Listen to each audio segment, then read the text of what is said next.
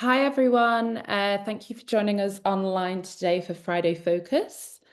For those of you that might not be familiar with this format, Friday Focus is an online talk series that is hosted by the Hunterian, and we are the museum and art gallery at the University of Glasgow.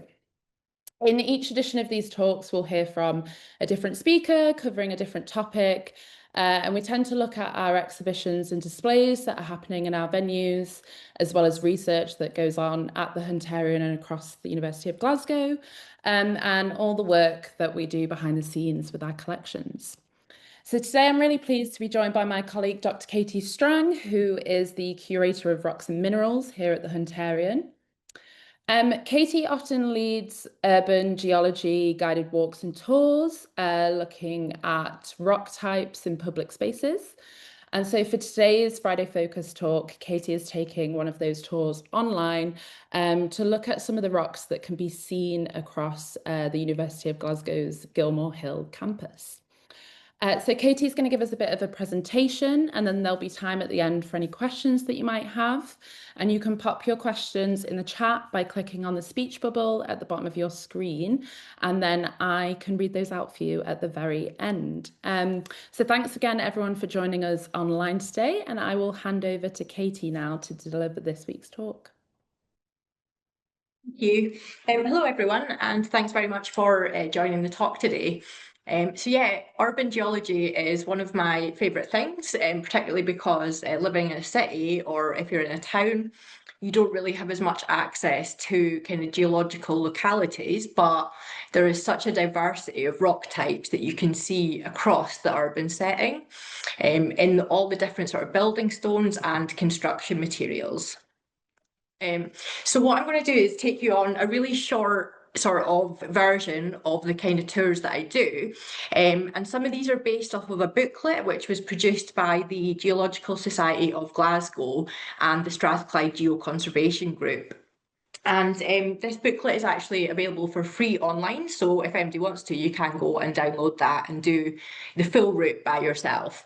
I'm going to concentrate on the area around our the Gilbert Scott building, just because I don't have too much time and I will talk for way too long if I try and do all of them. So I'm going to try and keep to time for this. So this is a screenshot of the university campus map, and I'm going to concentrate on the Gilbert Scott building, which is that main building here.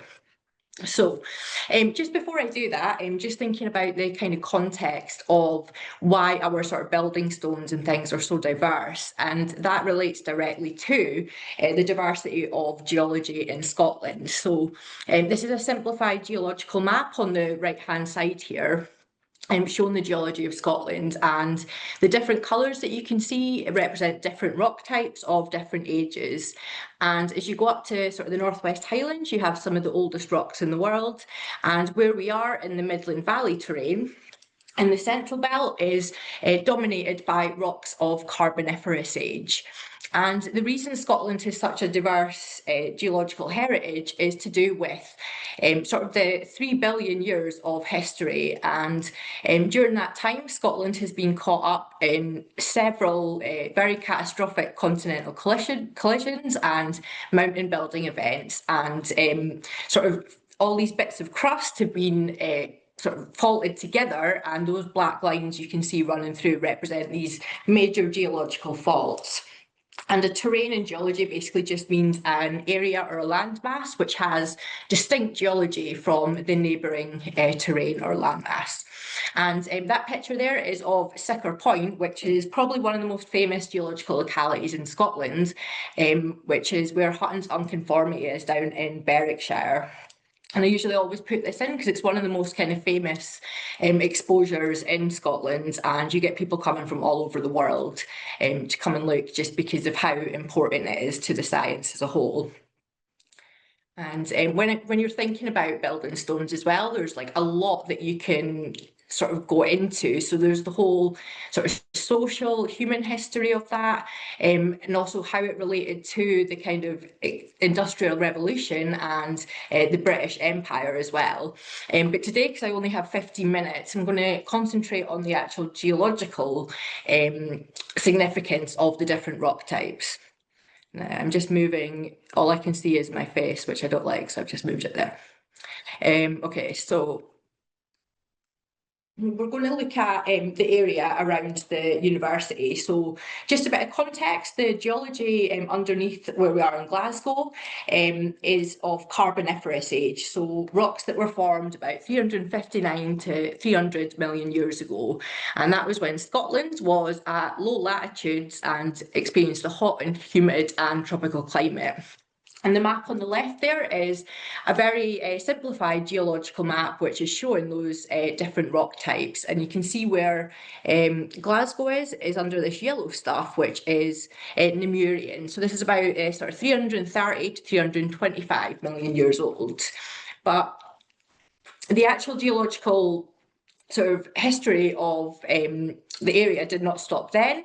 So over millions and millions of years, there has been, as I say, lots of continental collisions, tectonic events, but also a lot of erosion and weathering.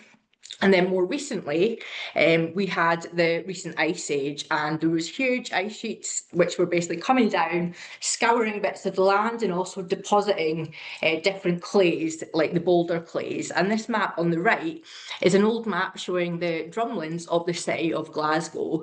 And this is from 1935, and you can see all of these kind of sort of circular or elongated lumps there are different drumlins. So a lot of the areas of Glasgow that have hill in the name are named because they are actually on one of these drumlins.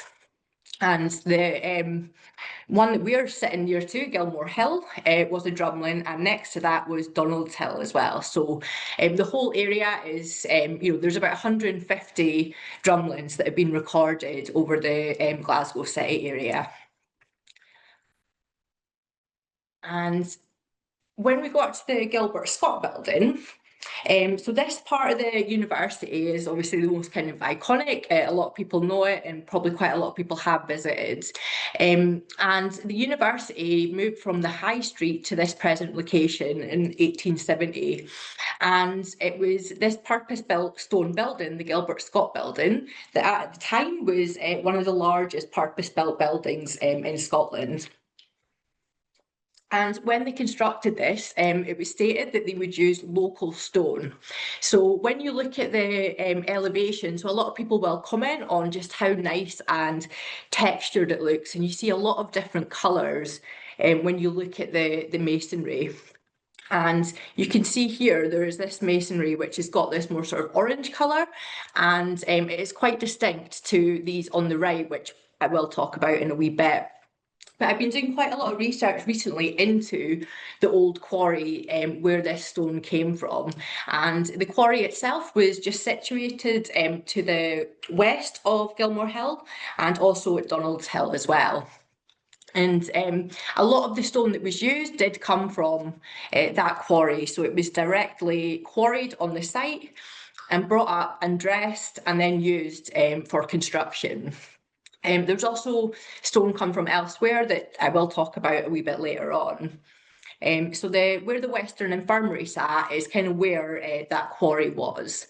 And here we've got an old map which shows the kind of plan of the new college building, which is the Gilbert Scott building here. And this little bit here is the quarries that they were quarrying that building stone from. And you can see this line running through. So this was a tramway, which was to bring the stone from the site up to the building, up to the construction site. And on the right-hand side there is a geological map. So in geology, we really, really love maps to represent, the kind of ideas and the concepts we're talking about. And it can be quite confusing because obviously you have to think in 3 dimensions or 4 dimensions if you include time. But the most important thing about this map here, and the reason that I've included it, is you can see you've got the Gilbert Scott building there. And then we have these sort of dark solid lines that are running through. Now these are different coal seams. So the carboniferous, which is the age of the rocks, is the time period where most of our coal deposits are. And carboniferous basically just means carbon and lots of it.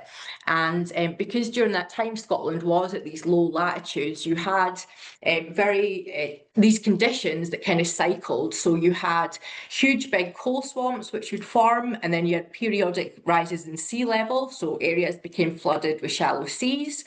And you also had other events like huge big river systems that were moving sort of from the from the northeast coming down to the southwest. And you can also see as well that these lines don't actually match up. And in geology, this is very important because this dashed line here is a fault.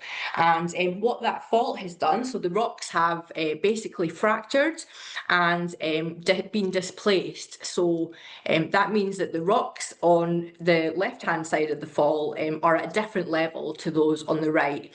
And that's something that's really important when you're wanting to quarry or mine for anything, because obviously if you're following a seam of coal and you hit one of those faults, then it's going to disappear. And it's something that sort of old miners, and when you read sort of any text written by ex-miners, they will talk a lot about the different faults that they would come across when they were in the pits.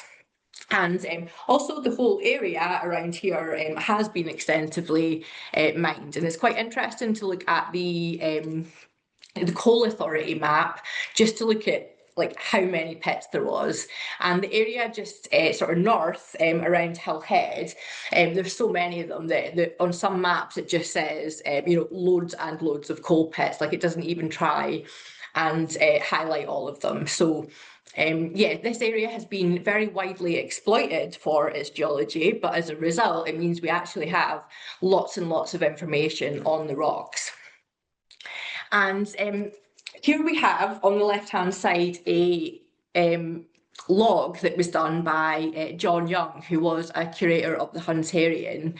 And there is a little bit of text down below where it states that he should be paid £10 for his work in recording this section at Gilmorehill. So Gilmorehill quarry, when it was opened, on top of the sandstones and the actual bedrock, you had these superficial deposits. So the drumlins that I was talking about earlier, those mostly around here are composed of boulder clay, and in geology we call those superficial deposits because they haven't yet become rock yet. And those superficial deposits were quite extensive in some places, and with those deposits comes down a lot of different rock types, which is something that John Young also was very interested in, is trying to collect the different rocks and work out, how far was the ice actually moving these things.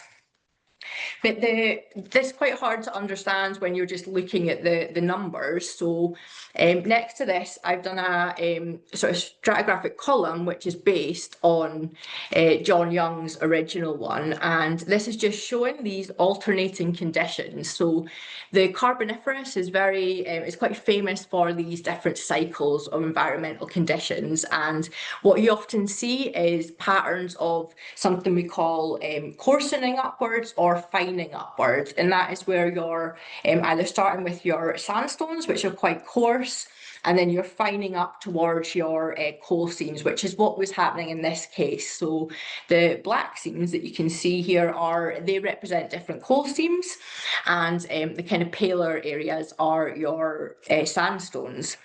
And you can see these sandstone units are quite big. So this the scale is in centimetres here.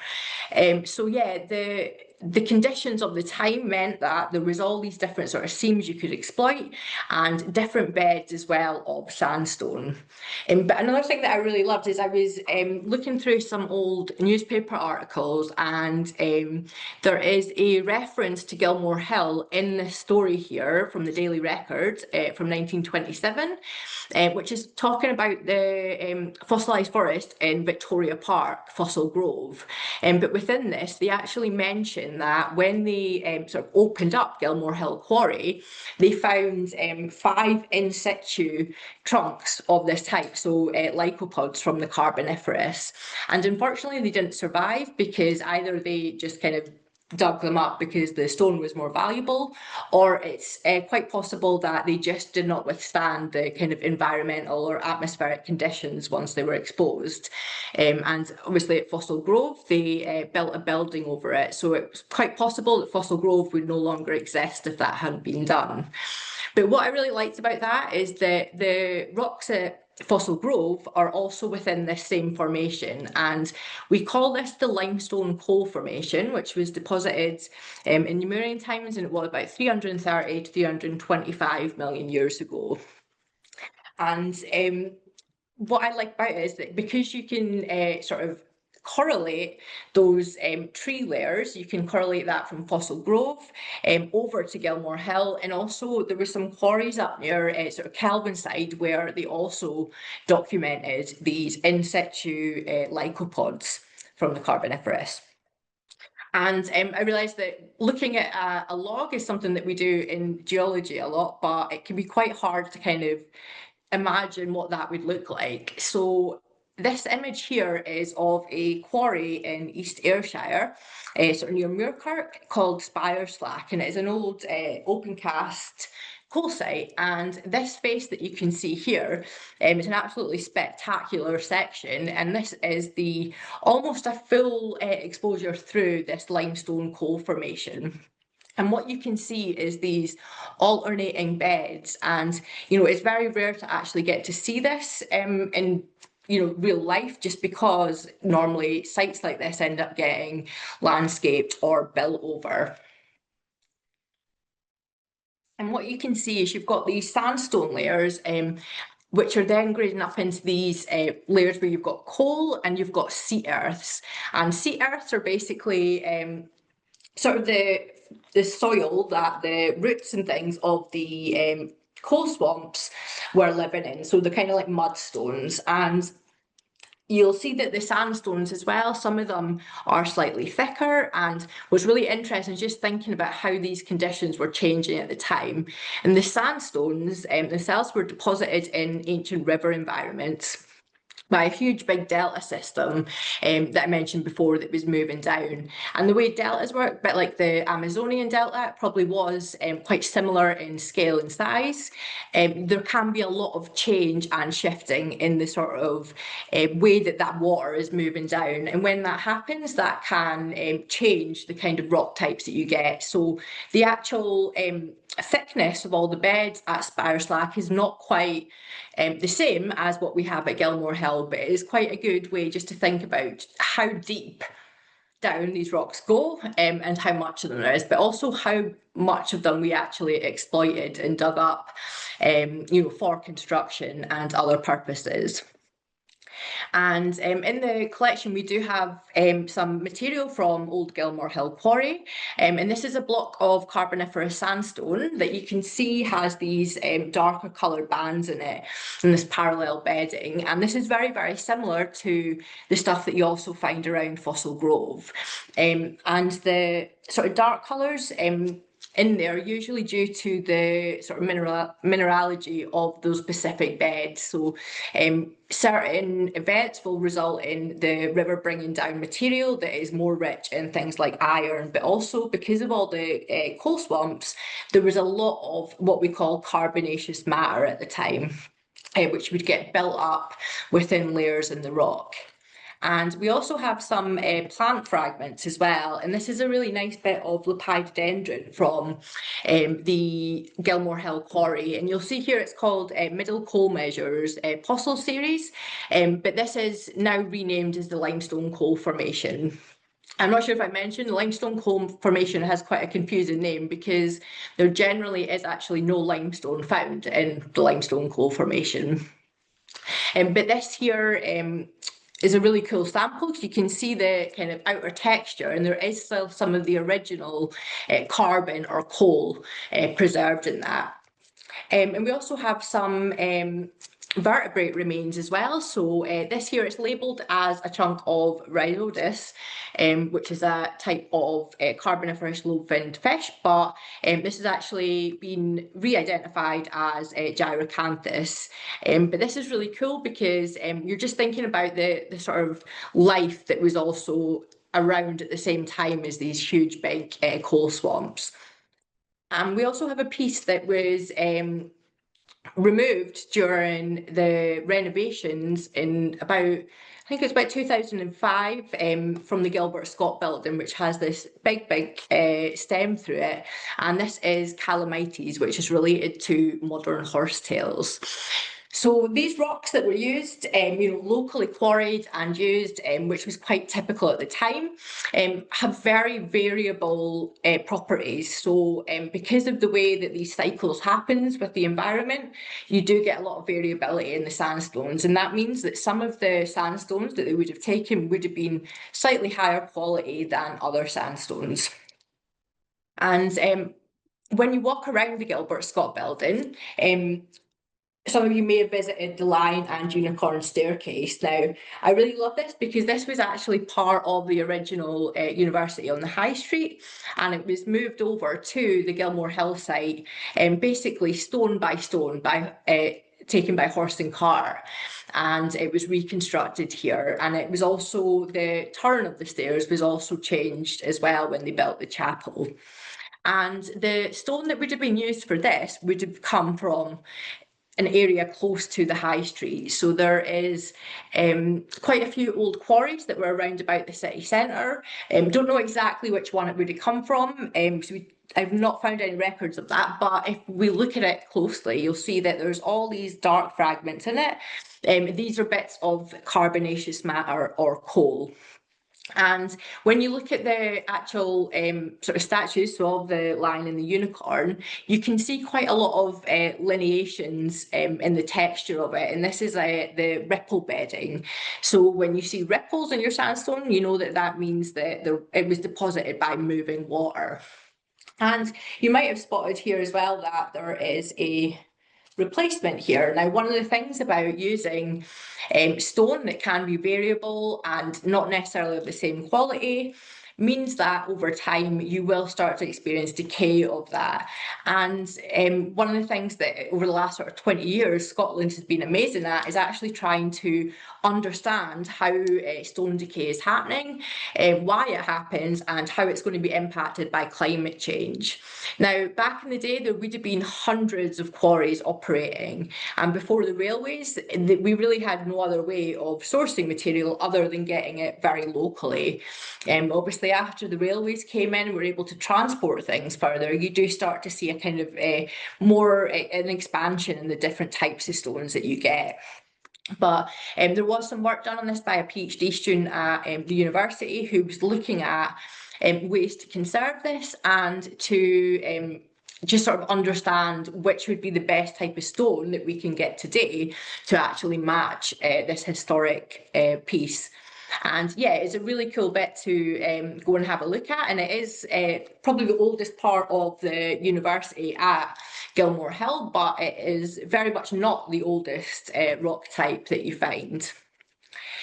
But there's an absolute wealth of geology around about the Gilbert Scott building, because when you look at some of the detailing, so things like around the windows, you may notice that the stone looks a bit smoother and like it is not weathered quite as badly.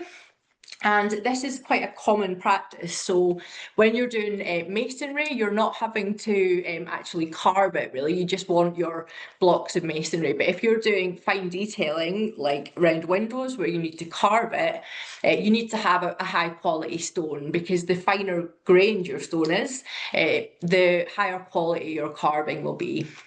So it was quite common for them to specify that they would, use local stone for the walling, but then for the detailing for it to come elsewhere. And we know that some of the stone came from Kenmore Quarry, which was just up by Bishop Briggs, so just up to the north of Glasgow.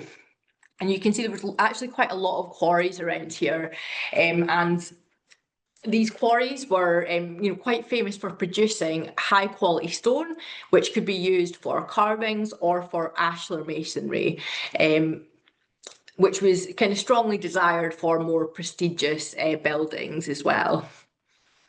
And we also find stuff from Giffnock. So Giffnock sandstone was quarried down by Giffnock. And on this map here, you can see that there's just a bit of text here that says quarries in Giffnock sandstone. So there was loads of them. And this is only like a small portion, but there was quarries like kind of riddling this whole area.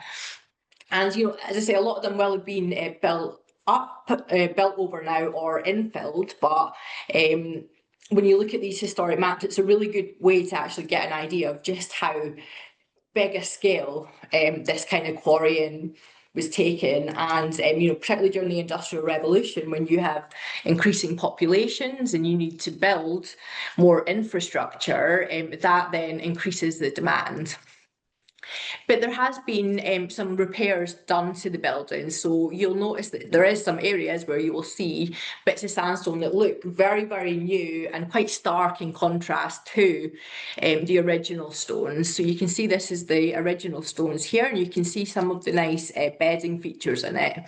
And the replacement stone that they've used is called Stanton Moor sandstone.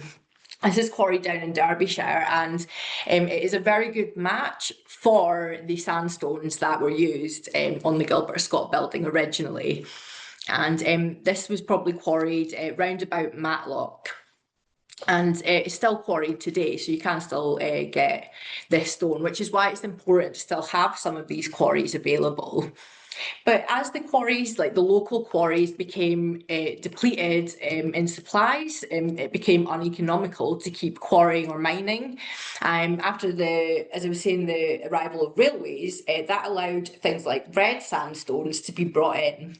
And there is actually some columns, you'll see some of them on the windows on the higher elevations as well, of this red sandstone. And this is a red sandstone that comes sort of from over in the west, in Dumbartonshire. It's a quarry called Hill Quarry in the Vale of Leven. And this is a really beautiful red sandstone, which is Devonian in age. So this is older than those carboniferous rocks. And it could well be that it became fashionable, you know, after we were able to actually bring this stone in. You see a lot of buildings where you'll see either a combination of the blondes and the red sandstones, or you'll see an increase in the buildings that have this red coloured sandstone. And there's a few different quarries, like Locher Briggs is quite a famous one, which quarried this material.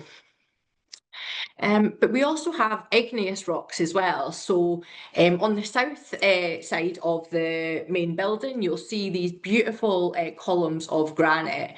And this is a sample that we have in the collections of a trade sample. It's quite common for quarries to make up these squares or rectangular blocks of stone that they would give out to suppliers and contractors and things. And this stone was quarried on Mull at Tormore Quarry.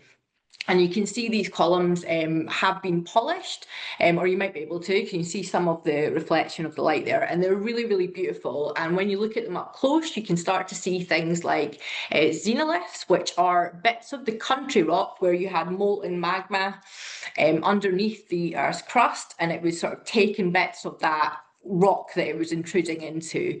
And it takes millions and millions and millions of years for these granites to form. And they are very desirable as a decorative stone. And then when you go inside, you will also find some other columns which are made of granite as well, but this is a different type of granite, and this actually comes from Shap quarries down in Cumbria. And it's quite distinctive because it has these large phenocrysts of feldspar in them, which are a kind of pinky colour.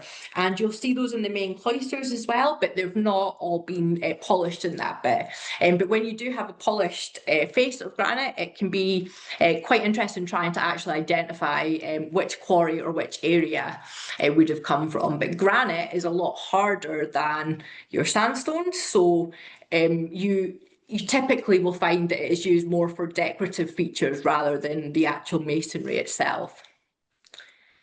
But we also have the paving stones underneath your feet. So when you're walking about on the campus, there is these Devonian flagstones which come from Carmily Quarry near Arbroath, but I think some of them are also Caithness flagstones from up near Caithness in the northeast.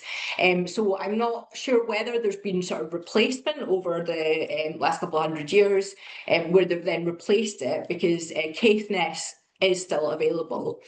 And one of my favourite things, and quite often why I'm late for things, is because I spend a lot of time staring at pavements, because you find some absolutely cracking fossils in the pavements. So this Caithness stone, you can find fossil fish from the Devonian that were living in this ancient lake environment about 400 million years ago, which to me just never gets old at all.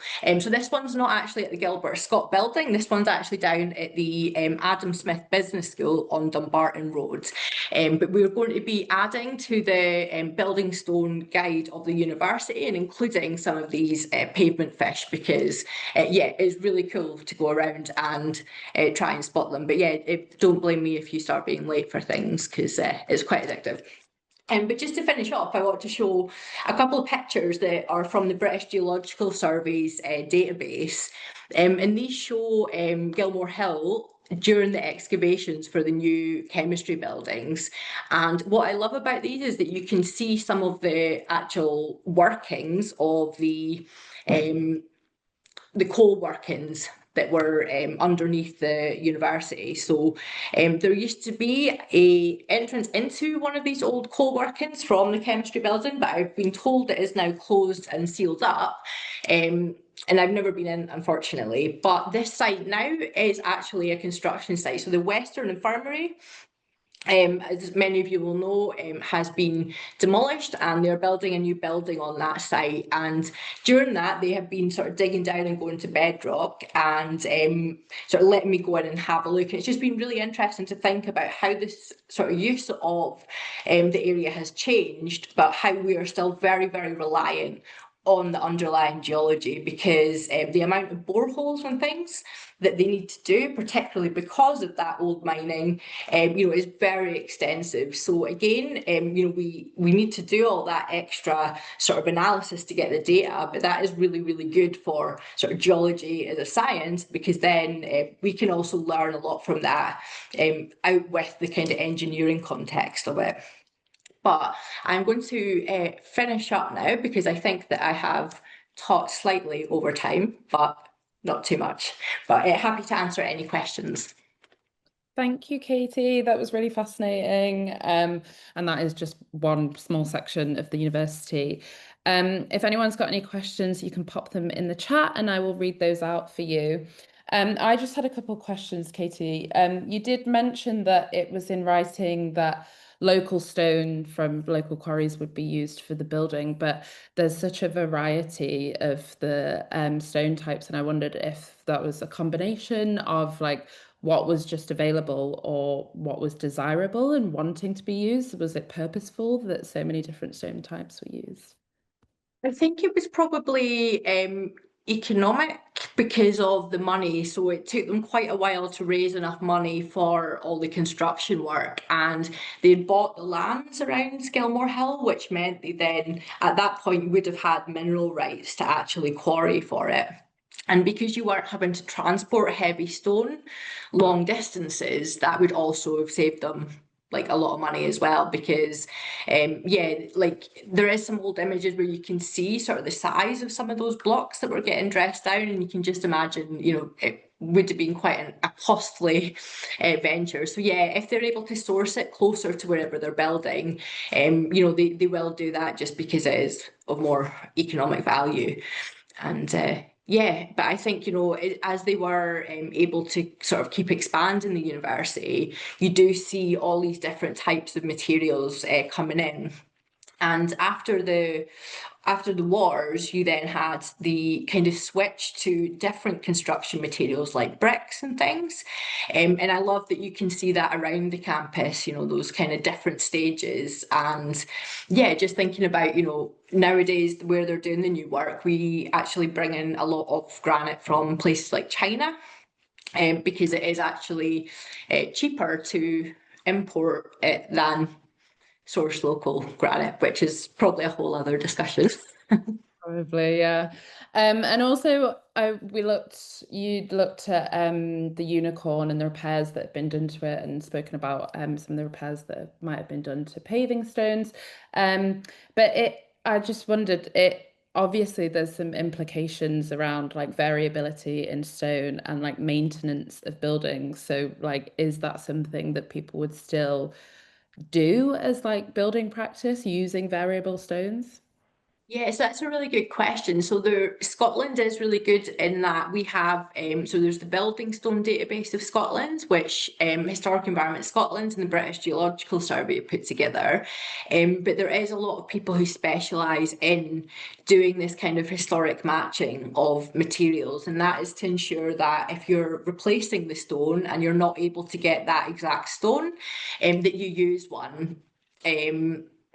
That they're more so I've got another question popped up. I'm just gonna, I can't see. Yeah, I've lost my train of thought there. Yeah, so the building stones, so the variability can cause a huge issue, because if you put a really hard stone in with a softer stone, it can cause a lot of issues, because the harder stone can't allow water to move. Is like moisture is one of the big things, one of the big challenges, particularly in Scotland, because we get so much wind-driven rain. So yeah, it's sometimes if you've got a listed building, you do need to get analysis done to replace any stonework. But yeah, it's an interesting question, because maintenance of these kind of buildings is continuous. I actually cropped out a bit of the picture where you could see them doing work on part of the building, and I felt like I was going to keep it in, because it's kind of a nice example of that one of the challenges, even though it's beautiful, is that it is a lot of upkeep and expense. So Thank you, Katie. I'll just go to some of the questions that are in the yes. chat. So there's a question here from Joseph that says, if the drumlins consist of boulder clay, do they provide a firm enough foundation for large buildings like the Gilbert Scott? Yes, so they would have dug down usually past the boulder clay, and because of that fault as well, that was quite helpful in the way that it displaced some of the bedrock, and some of the bedrock was higher up. But so the boulder clay is not a very good thing to build directly on top of, which would have been why they did different cores to go down and actually get to that bedrock level. Thank you. There's another question in the chat, which hopefully I will read clearly. Is it not the case that red sandstones like Locher Briggs were laid down when Scotland was nearer the Sahara location and are red due to iron content? Also, these are younger than blood sandstone. Yeah, so there is the red Permian sandstones from Locher Briggs, but the Bonhill one is the Devonian sandstone, so that's older. So those were formed under different conditions, but they have that red coloration because of the iron content. So when you look at them under a microscope, the grains are coated in a little layer of hematite, which is really cool. But yeah, so the Locher Briggs sandstones are Permian, and they were formed through aeolian dunes, so wind-blown dunes. But the Bonhill one is a older one that's Devonian. So. Amazing. I think that's about all we've got time for today. But I just wanted to ask you before we leave, because we've looked at the Gilbert Scott building, but I wondered if there are other popular sites within the city where you can see this kind of variety of stone that maybe you could name for anyone who's interested in going and seeing. Yeah, so there's a lot of really good sites in the city centre, and there's also a online version of the building stones of Glasgow, and there's an excursion that you can do. So if you Google excursion guide Glasgow building stones, it'll take you to that, and it's a really, really great resource. And there is also a website called Pavement Geology. And it used to be based just London, but it's now expanded to the whole of the UK. And I've logged quite a few locations on that, and I've got a bunch more fossil fish locations to add to that as well. So you can go onto the map and look at these different sites. Amazing. Thank you, Katie. That was really insightful. And thank you everyone for joining us online today. A recording of this talk will be made available hopefully next week. And I can share around maybe some of those links that you mentioned as well to everyone that joined today. So thanks again, everyone. And I hope you have a lovely weekend.